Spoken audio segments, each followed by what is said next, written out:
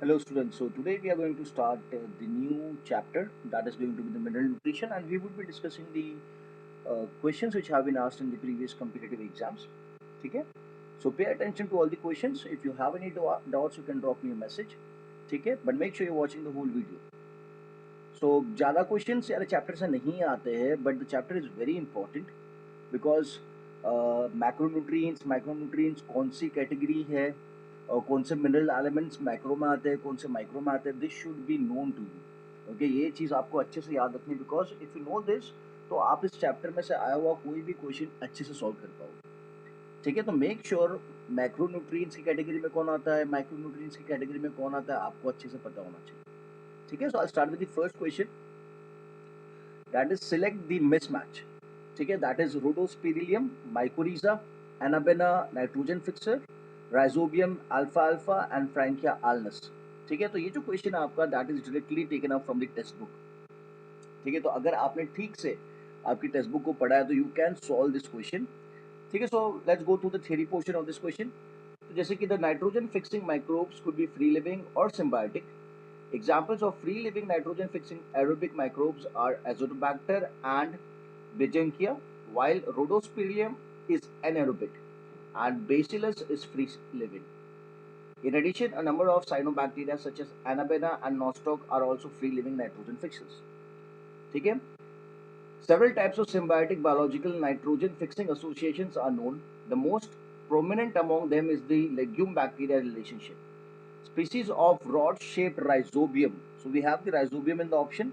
So rhizobium has such relationship with the roots of the several legumes such as alfalfa. तो ये तो correct हो गया. Sweet clover, sweet pea, lentils, garden pea, broad beans, clover beans, etc. The most common association on roots is as nodules. These nodules are small outgrowths on the root. The microfrankia. So frankia लिखा हुआ है यहाँ पे, also produces nitrogen fixing nodules on the roots of non leguminous plant that is Alnus. तो Frankia और Alnus का relationship भी है, वो भी करेक्ट है. राइजोबियम और अल्फा अल्फा का रिलेशनशिप भी करेक्ट है. आगे देखते हैं. Both Rhizobium and Frankia free living in the soil but as symbionts can fix atmospheric nitrogen. ठीक है, तो यहाँ पे अगर आपने थ्योरी पोर्शन ठीक से पढ़ा है तो आपको पता चलेगा कि रोडोस्पिरिलियम जो है, okay, Rhodospirillum is anaerobic. Rhodospirillum is anaerobic and free living. तो यहाँ पे एसोसिएशन दिखा रखा है किसके साथ, माइकोरिजा के साथ. ओके, तो पहली बात तो रोडोस्पिलियम एनाएरोबिक है. ओके, और दूसरी बात कि वो माइकोरिजा नहीं है. समझ में आ रही बात. Okay, and it is not in a symbiotic relationship, it's a free living bacteria. तो यहाँ पे जो आपका ऑप्शन नंबर 1 है रोडोस्पिलियम स्पिरिलियम, दैट इज रॉन्ग. बाकी के सब आपके करेक्ट है. सेकंड करेक्ट है, थर्ड करेक्ट है, फोर्थ करेक्ट है. ठीक है. In which of the following all three are macronutrients? इनमें से कौन से मैक्रोन्यूट्रिएंट्स हैं? ठीक है, तो एज आई सेड कि आपको अच्छे से पता होना चाहिए कि मैक्रोन्यूट्रिएंट की कैटेगरी में कौन आता है, माइक्रोन्यूट्रिएंट की कैटेगरी में कौन आता है. ठीक है, तो अगर इसका थ्योरी पोर्शन आप टेक्स्ट बुक में से देखो तो थ्योरी पोर्शन में लिखा हुआ है macronutrients are generally present in plant tissues in large amounts. Okay, the macronutrient include carbon, hydrogen, oxygen, nitrogen, phosphorus, sulfur, potassium, calcium and magnesium. Of these, carbon, hydrogen and oxygen are mainly obtained from CO2 and H2. ठीक है, तो यहाँ पे macronutrients की category में बोला है carbon, hydrogen, oxygen, nitrogen, phosphorus, sulphur and potassium. ठीक है, और यहाँ पे भी मैक्रोन्यूट्रिएंट्स से पूछा आपको. तो यहाँ पे कार्बन है तो कार्बन तो नहीं दिया है. नाइट्रोजन, निकल एंड फॉस्फोरस, नाइट्रोजन है और फॉस्फोरस है. ओके, निकल नहीं है. ठीक है, मोलिब्डेनम, मैग्नीशियम, मैंगनीज की अगर बात करें तो मैग्नीशियम है. ठीक है, that is a macronutrient. Iron, copper, molybdenum की बात करें तो पूरी कैटेगरी किसकी आ गई, this is micronutrients. Boron, zinc, manganese की अगर बात करें तो boron, zinc, manganese is a macronutrient. Boron और जिंक की बात करते तो वो चले जाते हैं फिर से माइक्रोन्यूट्रिएंट में. तो यहाँ पे ये जो 2016 का ईयर था उसमें जो क्वेश्चन पूछा गया था, it has an error.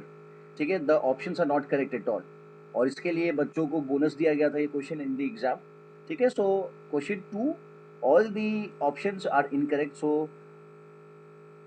this question is a bonus question. ठीक है, so none of the correct. अच्छा, which is essential for the growth of root, इनमें से कौन सा रूट की ग्रोथ के लिए एसेंशियल है? ठीक है, सो कैल्शियम है, एमएन है, जेडएन है, एफ है। तो ये आ गया आपका थ्योरी पोर्शन में से कि यार आपने पढ़ रखा था कौन से एलिमेंट की क्या फंक्शनैलिटी है। तो अगर मैं कैल्शियम की बात करता हूँ तो calcium is needed to the growing root tip, it is required in the formation of middle lamella of the cell wall present in the form of calcium pectate. ठीक है, पोटेशियम की अगर बात करते हैं तो it is absorbed as potassium ion in plants. This is required in more abundant quantities in meristematic tissue, bud, leaves and root tip. Potassium helps to maintain an anion cation balance in cells and is involved in protein synthesis, opening and closing of stomata, activation of enzyme and in the maintenance of turgidity of the cell. ठीक है, तो यहाँ पे जो correct option है that is calcium. ठीक है, because calcium is going to be useful in the formation of the middle lamella, क्योंकि सेल डिवीजन होता है तो सेल डिवीजन के टाइम पे मिडल लेमेला का फॉर्मेशन होता है और मिडल लेमेला में कैल्शियम पैक्टेट होता है। तो यार ग्रोथ के लिए ऑब्वियसली सेल स्प्लिट होगा, सेल स्प्लिट होगा तो मिडल लेमेला तो बनेगा ही। So calcium is very very important. Okay, so we have the same thing again, mineral known to be required in large amounts for plant growth include. ठीक है, so question 4 की बात करें तो यहाँ पे जैसे प्रीवियस क्वेश्चन में एक एरर आ रही थी, तो यहाँ पे आप देखोगे तो calcium, magnesium, manganese, copper, potassium, phosphorus, selenium, boron, magnesium, sulphur, iron, zinc, तो ये आपकी कैटेगरी आ गई माइक्रोन्यूट्रिएंट्स की। आप नीचे देख सकते हो, ओके यू कैन मैच, यहाँ पे मैंने दे रखा है this includes iron, manganese, copper, molybdenum, zinc, boron, chlorine and निकल। तो ये सब किस में आ जाता है? माइक्रोन्यूट्रिएंट्स। तो मैक्रोन्यूट्रिएंट्स में कौन आता है? तो मैक्रोन्यूट्रिएंट्स में आते हैं फास्फोरस है, सल्फर है, पोटेशियम है एंड कैल्शियम है। ठीक है, तो आपका option number 3 that is correct. तो this is totally from the text book, पूरा की पूरा टेक्स्ट बुक में से ही। अगर आप ठीक से इस चैप्टर को प्रिपेयर करो तो काफी सारे एमसीक्यू आप इसके क्रैक कर सकते हो। Deficiency symptoms of nitrogen and potassium are visible first in, कि जो डेफिशिएंसी सिम्टम्स है पहले कहाँ देखने को मिलेंगे? ठीक है, तो अगेन अगर इसका थ्योरी पोर्शन देखें, ऑप्शंस क्या दे रखे हैं? सेनेसेंट लीव्स दे रखा है, यंग लीव्स दे रखा है, रूट्स दे रखा है, बर्ड्स दे रखा है। ठीक है, तो अगर इसकी थ्योरी पोर्शन को चेक करते हैं तो लिखा हुआ है the deficiency symptoms of nitrogen, potassium and magnesium are visible first in the senescent leaves. Okay, those are the aging leaves. Okay, in the older leaves, biomolecules containing these elements are broken down, making these elements available for mobilizing to younger leaves.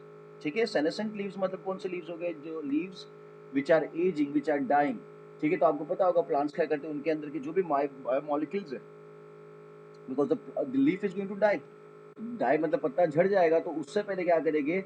उसको remobilize कर देंगे। They will take out those important components which are present in the leaf and give it to the living part or the young part of the plant. ठीक है, so the correct option for the question number 5 is senescent leaves.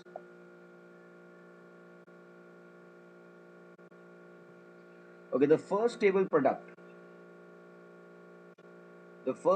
product of fixation of atmospheric nitrogen in leguminous plant. ठीक है, तो आपको पता है कि first stable product कौन सा बनता है? ओके, आई होप आपको पता है, that is going to be ammonia, NH3 बनता है। ठीक है, the nodule of leguminous plant contains all the necessary biochemical components such as the enzyme nitrogenase and leghaemoglobin. Nitrogenase आपको पता था जो फिक्सेशन में हेल्प कर रहा है, लेग हीमोग्लोबिन क्या करता है? ऑक्सीजन को ट्रैप करने का काम करता है, because oxygen would not allow nitrogenous enzyme to function properly, और जब नाइट्रोजिनस एंजाइम ठीक से काम नहीं करेगा तो अमोनिया का फॉर्मेशन नहीं हो पाएगा। तो टेक्स्ट बुक में टर्म दे रखा है कि leghaemoglobin is an oxygen scavenger, जो ऑक्सीजन को खत्म कर देता है। It is not allowing the oxygen to come in contact with the nitrogenous enzyme.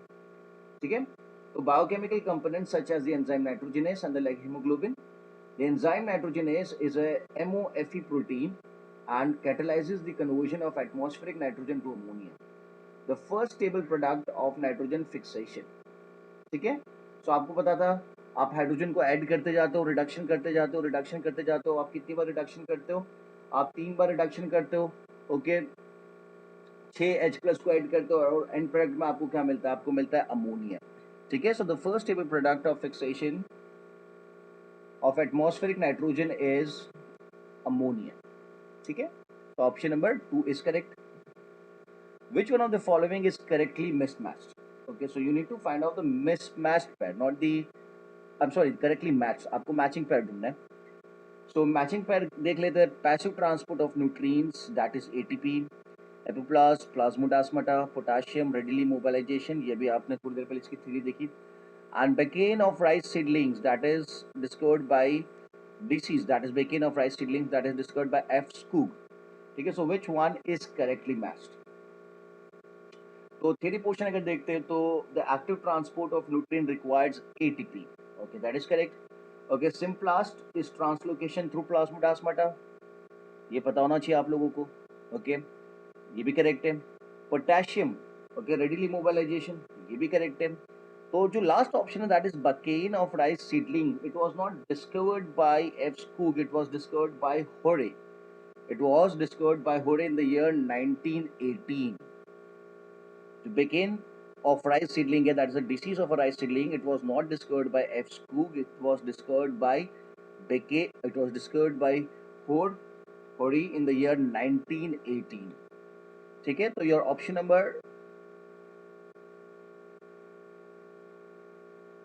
okay, your option number 3 is correct.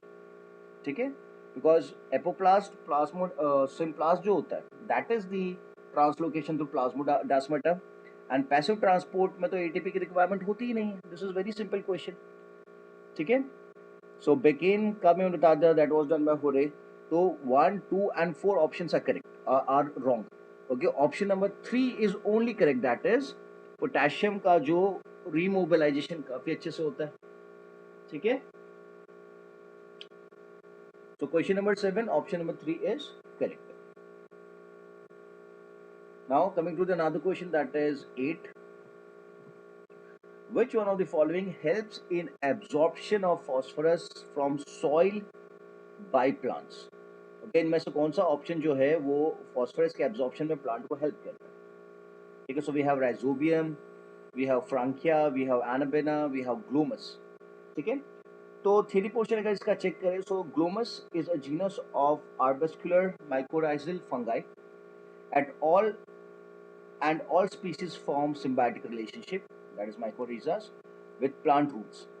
Arbuscular mycorrhizal fungi can provide numerous benefits to the plant's host, including improved nutrient uptake, drought resistance and disease resistance. ठीक है, so this is from the text book.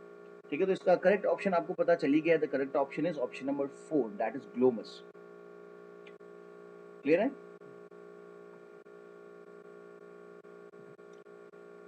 The function of leg hemoglobin अभी discuss किया. It is an oxygen scavenger in the root nodules of legumes is, तो it's oxygen removal के काम में आता है, या फिर नोड्यूल डिफरेंशिएशन के काम में आता है, या फिर expression of NIF gene. NIF gene is nitrogenous enzyme producing gene and inhibition of nitrogenous activity. ठीक है, so the enzyme nitrogenous is highly sensitive to the molecular oxygen. It requires aerobic conditions. It requires anaerobic conditions. The nodule have adaptations that ensure that the enzyme is protected from oxygen. To protect these enzymes, the nodule contains an oxygen scavenger called leg hemoglobin.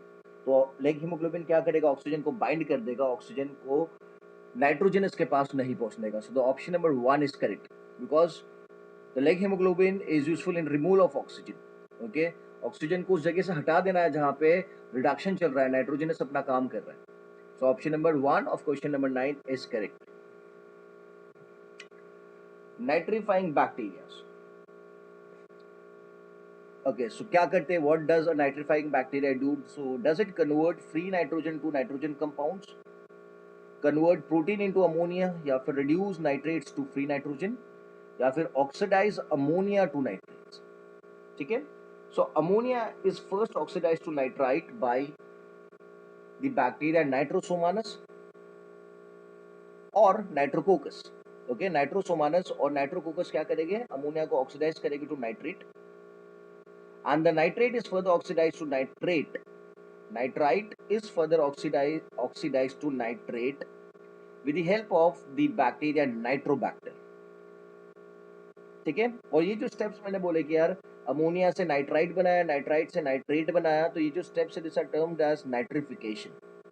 मैं फिर से बता देता हूँ कि यार ammonia को जो कन्वर्जन है, ammonia getting oxidize to nitrite, this is done by Nitrosomonas या फिर Nitrococcus.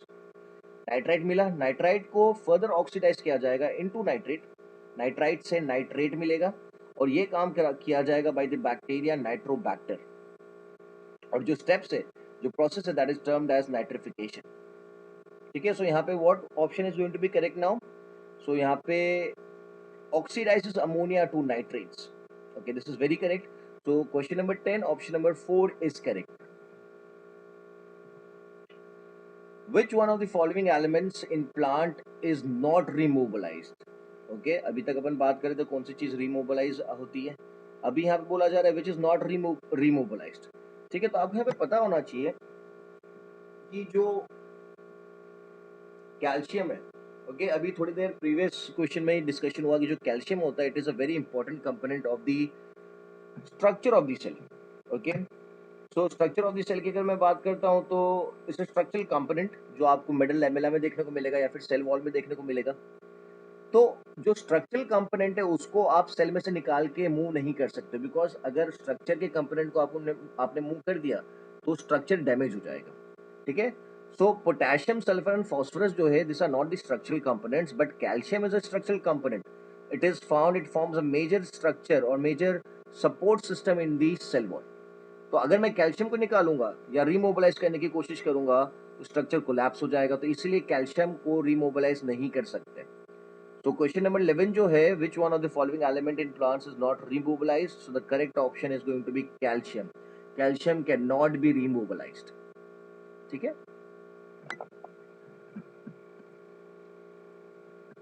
okay, so this question have been put previously also. So what does the diagram represent? So obviously the diagram is representing hydroponic plant production. Which one of the following statement is incorrect about criteria for essentiality of an element? So these criteria are also very important. तो criteria में दे रखा है कि elements must be necessary for the growth and reproduction. Okay, plants can set seed in the absence of elements. Okay, elements must not be replaced by another element. Okay, element must be indirectly involved in the metabolism of the plant. Indirectly, no, the element must be directly involved in the metabolism of the plant. So your option number D is incorrect, because element का directly involved होना चाहिए plant के metabolism में। अगर वो directly involved नहीं है तो you cannot consider it as an important element or the element which is required by the plant। ठीक है, so option number D is correct for question number 2. How many macronutrients is there in the following list? So as I said, आपको macronutrients कौन सी category में आते हैं ये अच्छे से पता होना चाहिए। ठीक है, तो यहाँ पे मैक्रोन्यूट्रिएंट्स कितने हैं? सो इसका ऑप्शन आप मुझे व्हाट्सएप करके बताना कि इसमें से मैक्रोन्यूट्रिएंट्स कितने हैं, 3 है, 6 है, 5 है या 4 है। So don't try to refer your text book. ठीक है, खुद से करने की कोशिश करना on the spot and drop me a WhatsApp. Going to the another question, the nutrient required by plant in greatest amount is? So ये चारों में से potassium, magnesium, nitrogen and phosphorus में से कौन सा मिनरल न्यूट्रिएंट प्लांट को maximum amount में रिक्वायर्ड होता है? ठीक है, सो the correct option is going to be nitrogen. Nitrogen is a very important component of various biochemical activities, as well as it forms the basis of the genetic material as well. Nitrogen bases होते हैं DNA के अंदर। Okay, तो DNA के अंदर मतलब DNA तो कितना सारा, हर एक सेल के पास डीएनए हो गया, हर एक सेल के पास जेनेटिक मटेरियल हो गया, तो but obviously nitrogen is important. Okay, so the option number C for question number 4 is correct. Okay, elements required for the synthesis of auxin. Auxin आपको पता है it's a growth promoter. Okay, it helps in cell division. तो इनमें से कौन सा element required is oxygen बनाने के लिए, सिंथेसाइज करने के लिए? ठीक है, सो मैंगनीज है, जिंक है, नाइट्रोजन है या फिर मैग्नीशियम है? So the correct option is B, zinc. Zinc is very important, okay, for the formation of, for the synthesis of auxin. बिना ऑक्सीन के प्लांट की ग्रोथ नहीं हो पाएगी, आपको पता होना चाहिए, because the phytohormone, phytohormones are the hormones which are related to plants. Okay, Okay, we have a lot of hormones. We have auxins है, gibberellins है, cytokinins है, abscisic acid है. Okay, and we have the gaseous hormone known as ethylene. ठीक है, तो zinc is important component for the formation of auxin. Which of the following is not the function of boron? इनमें से कौन सा boron का function नहीं है? So पोलन जर्मिनेशन है, कार्बोहाइड्रेट ट्रांसलोकेशन है, या फिर एक्टिवेशन ऑफ एंजाइम्स है, या फिर सेल इलोंगेशन है. तो आपको बताना है कि यार कौन सा बोरोन का फंक्शन है. तो पोलन जर्मिनेशन में भी बोरोन तो काम में आता ही है, कार्बोहाइड्रेट ट्रांसलोकेशन में भी काम में आता है, सेल इलोंगेशन में भी काम में आता है. It is not useful in the process of activation of enzyme. Boron को एंजाइम को एक्टिवेट करने का काम नहीं करता है. ठीक है, so the correct option is option C. It is not involve in the process of activation of enzymes. ठीक है, question 6 option number C is correct. Okay, so we have necrosis of leaf tissue is a symptom of deficiency of what? Okay, is it Mn? Mn की deficiency की वजह से होता है, या फिर Mg की deficiency की वजह से होता है, okay, या फिर जिंक की deficiency की वजह से होता है, या फिर MO की deficiency की वजह से होता है. ठीक है, so now before knowing कि कौन सी चीज इन्वॉल्व है, we should be knowing what is necrosis. Okay, तो necrosis is death of a cell or tissue through disease or injury. That is death of a cell or a tissue due to a disease or injury. जब cell मर जाता है, cell function नहीं कर पाता है, cell की death हो जाती है कोई डिसीज की वजह से या कोई इंजरी की वजह से, तो we term it as necrosis. Okay, this is not only in the plants, in the humans also. अगर आपको इंजरी आती है आपकी बॉडी में और इंजरी की वजह से आपके सेल्स की डेथ हो जाती है, तो आप बोल सकते हो नेक्रोसिस हुआ है. The tissue has undergone necrosis. Okay, if you are injured. तो यहाँ पे पूछा गया है कि live tissue, necrosis of live tissue is symptom of deficiency of what? कौन सी चीज की कमी की वजह से प्लांट के लीफ के टिश्यू डैमेज हो रहे हैं, डेड हो रहे हैं. ठीक है, so the option number B, that is magnesium. Magnesium is very important, okay, for the survival of the cells and the proper functioning of the cells. ठीक है, तो अगर मैग्नीशियम नहीं मिलेगा तो सेल्स विल स्टार्ट डाइंग. ठीक है, necrosis होने लग जाएगा सेल का.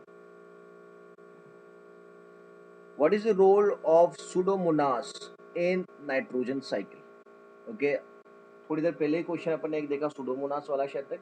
ओके, सो सुडोमोनास किस काम में आता है? तो डीनाइट्रिफिकेशन कर रहा है, या फिर अमोनिफिकेशन कर रहा है, या फिर नाइट्रिफिकेशन कर रहा है, या फिर नन ऑफ दी अबाउ कर रहा है. तो आपको पता होना चाहिए कि जो सुडोमोनास इज अ बैक्टीरिया, जिसको आप ग्राम नेगेटिव बैक्टीरिया बोलोगे. आपको पता है ग्राम नेगेटिव बैक्टीरिया किन चीजों को बोलते हो और कौन से बेसिस पे ग्राम नेगेटिव कहा जाता है. Okay,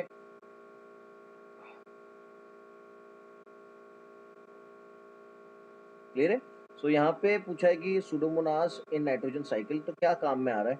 so it is useful. अगर आप थियरी चेक करो, ओके, या फिर प्रीवियस एमसीक्यू भी ठीक से देखा हो, तो आपको पता होना चाहिए it is useful in the process of denitrification.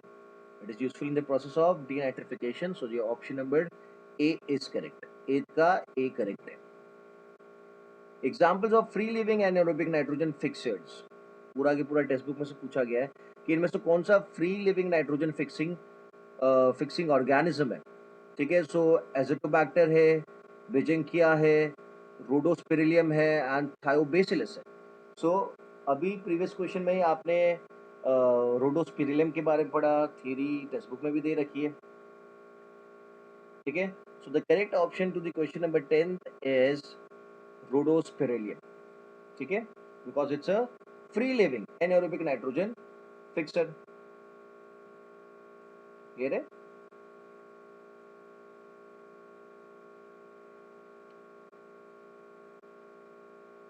Okay, so moving ahead. Leguminous plants are able to fix atmospheric nitrogen through the process of symbiotic nitrogen fixation. Which one of the following statement is not correct during the process of nitrogen fixation? मतलब इनमें से कौन सा process या statement match नहीं करता है nitrogen fixation को? ठीक है, so going to the options. Nodules act as a site for nitrogen fixation. Okay, the enzyme nitrogenase catalyzes the conversion of atmospheric N2 to NH3. Okay, ये correct है. Nitrogen is insensitive to oxygen. Oh, so अगर आपने theory अच्छे से पढ़ी है तो option number सी पे आपको क्लिक हो जाना चाहिए कि यार nitrogen is sensitive to oxygen. मुझे ऑप्शन नंबर डी पढ़ने की जरूरत भी नहीं है, बिकॉज मुझे पता है कि nitrogen is very very sensitive to oxygen. इसकी वजह से ही there was production of leg haemoglobin. अगर नाइट्रोजन इनसेंसिटिव टू ऑक्सीजन होता तो लेग हीमोग्लोबिन की रिक्वायरमेंट ही नहीं होती। There would have been no requirement of leg haemoglobin, but leg hemoglobin working as an oxygen scavenger, keeping the oxygen away from the nitrogenous enzyme, okay, is the proves that ki nitrogen is sensitive to oxygen. Okay, so option number C, 11th का जो option number C है, that is correct कि nitrogen is insensitive to oxygen. For its action nitrogenous requires, okay, nitrogenous enzyme जो reduction का काम कर रहा था, उस प्रोसेस के लिए उसको क्या चीज़ें रिक्वायर्ड होती है? ओके, तो लाइट की रिक्वायरमेंट होती है, या फिर Mn2+ की रिक्वायरमेंट होती है, या फिर सुपर ऑक्सीजन रेडिकल्स की इन्वायरमेंट रिक्वायरमेंट होती है, या फिर हाई इनपुट ऑफ एनर्जी। अगर आपने देखा हो तो नाइट्रोजन के बॉन्ड्स को तोड़ा जा रहा था। दो नाइट्रोजन के एटम के बीच में देयर आर ट्रिपल बॉन्ड्स, ठीक है। So when you break those bonds, obviously you need a lot of energy to break those bonds, ठीक है। तो high input of energy is the correct option, ठीक है। So for its action nitrogenase requires what, तो it requires a lot of energy, काफी ज्यादा energy की requirement होती है।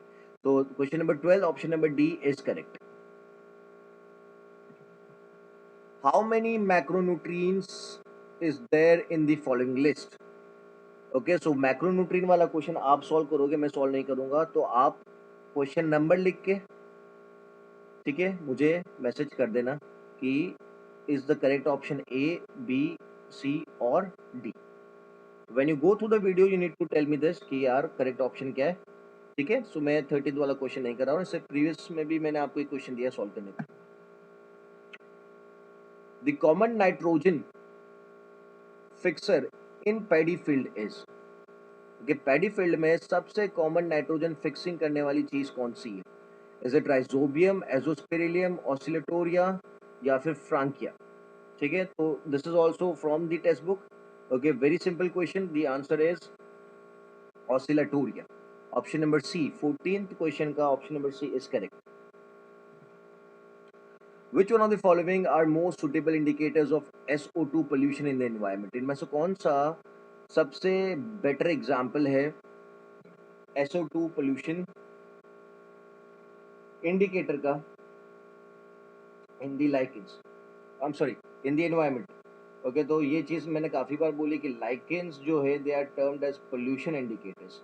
Okay, they are not able to grow in places, okay, जहाँ पे काफी ज्यादा पोल्यूशन होता है। तो लाइकेन आपको बड़ी सिटीज में देखने को नहीं मिलेगा, ओके, बिकॉज बड़ी सिटी में पोल्यूशन काफी ज्यादा है, ओके। बट कौन सी चीज है पोल्यूशन के अंदर जो उसको सरवाइव करने नहीं दे रही है?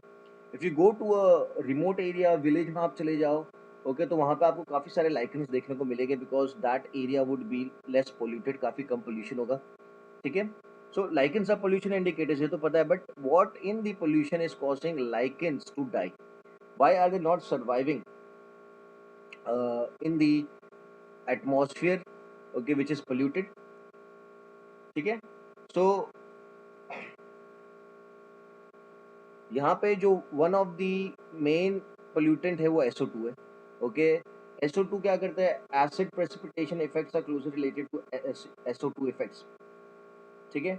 तो SO2 क्या करता है? आपके लाइकेंस को सर्वाइव नहीं होने देता है, उसका उसका जो क्लोरोफिल कंटेंट है वो खत्म हो जाता है in presence of SO2, and because of the lower chlorophyll content वो फोटोसिंथेसिस नहीं कर पाता lichen, and the lichen dies, ठीक है। So that is the reason we term lichen as a pollution indicators. बाकी के जो एग्जांपल्स है, जैसे फंगाई है, कोनिफर्स है and algae, they are found, they can exist in the highly polluted areas. उनको ज्यादा फर्क नहीं पड़ेगा, फर्क पड़ेगा बट नॉट दैट मच कि उनका एग्जिस्टेंस खत्म हो जाएगा, but the lichen is very very sensitive. Bacteria that oxidises nitrite of nitrate, okay, इनमें से कौन सा bacteria oxidises nitrite of nitrate? Okay, so the correct option here is, this is a very simple question, the correct option is going to be Nitrobacter. The correct option is Nitrobacter. ठीक है, तो so these were some of the questions जो which have been asked in the previous competitive exams. ठीक है, तो chapter looks very big. Okay, maybe it would look boring as well, but the chapter is very easy. अगर आप ठीक से इस chapter को prepare कर लेते हो, ठीक है, आप इस चैप्टर में जितनी भी थ्योरी पोर्शन है आपकी टेक्स्ट बुक में उसको अंडरलाइन कर दो, जितने भी पॉइंट्स इंपॉर्टेंट है, और उन सब पॉइंट्स को अच्छे से याद कर लो, तो हर एक क्वेश्चन जो इससे पूछा जाएगा इन दी कम्पिटिटिव एग्जाम आप आराम से सॉल्व कर सकते हो। ठीक है, सो मेक श्योर आप आपकी टेक्स्ट बुक को अच्छे से प्रिपेयर कर लो। टेक्स्ट बुक में जितने भी कीवर्ड्स है, इंपॉर्टेंट लाइन्स है, सेंटेंसेस है, उनको अंडरलाइन कर लो और उनको रिफर किया करो। That is the trick to get score good marks. ठीक है, so I'll keep this much for the lecture. In the next lecture we would talk about new MCQs from the new chapter. ठीक है, so I'll keep this much for the day.